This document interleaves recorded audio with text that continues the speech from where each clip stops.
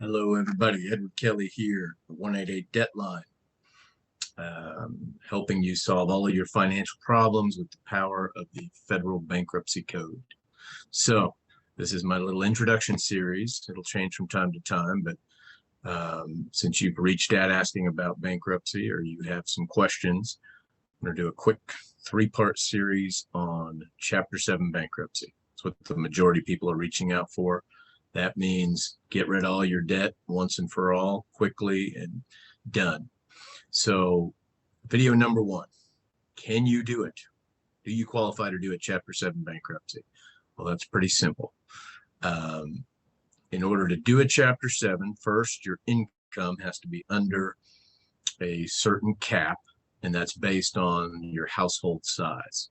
Now, your household may not be exactly what you think it is. If you've got 5 people in the house, but they're roommates and you're renting from a landlord, you probably got a single person household. So you're only going to use your income. And I'll give you an example. In Oklahoma, it's pretty generous. In Oklahoma, currently, you can make up to about $40,000 and still qualify as a single person household to do a bankruptcy.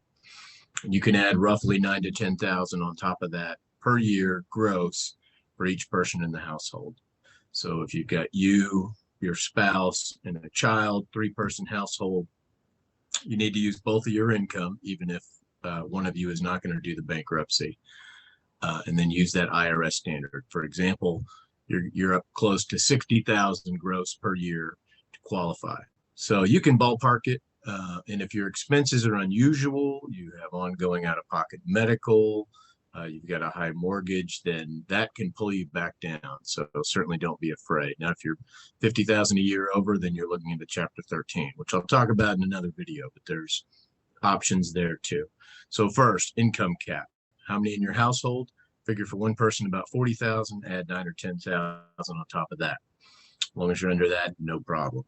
Next thing, this is not a question of whether you can do it, but this is a question of whether you want to do it. So Chapter 7 works this way. Government says, hey, we'll take any assets you have that are not exempt, meaning protected and we can't touch them. And in exchange, get rid of all your debt. So what's exempt? Your home, in city limits up to an acre, for all intents and purposes unlimited. 60 acres out in the country, again, for all intents and purposes unlimited. So it can be tricky if you have more than an acre in city limits. Something to think about, but otherwise you're okay there. And your car per spouse is $7,500. So you can't trade that back and forth. So each of you has up to $7,500 in an exemption on a vehicle. So what that means, so you've got a, late model, excuse me, Escalade that you want to keep. Well, it's your equity. It's not how much it's worth. So maybe it's worth $50,000, but you owe $60,000. That means you're upside down. That means the trustee in your bankruptcy can't do anything. That's not really an asset. And as long as your equity, meaning what you owe minus what it's worth, is not more than $7,500, then you're fully protected.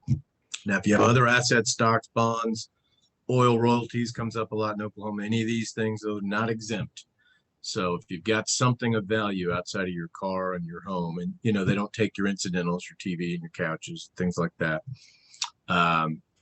then you want to think about it. So that's the second thing. So you've made the income cap, and I should also mention Social Security does not count toward qualifying. So if part of that income is Social Security, you're probably still going to make it in.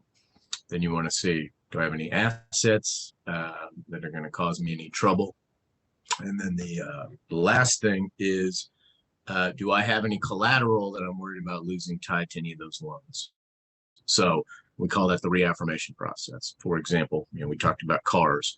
You've got a note on your car and you want to keep it, you're going to have to reaffirm that loan. And is that something you can afford going forward?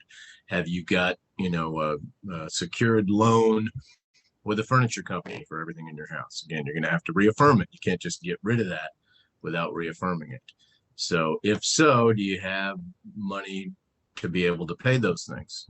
You may end up deciding, hey, I'm going to get rid of that Escalade. That's really not a good idea. I'm getting a fresh start in every other way. Because if you do reaffirm, you're stuck with it.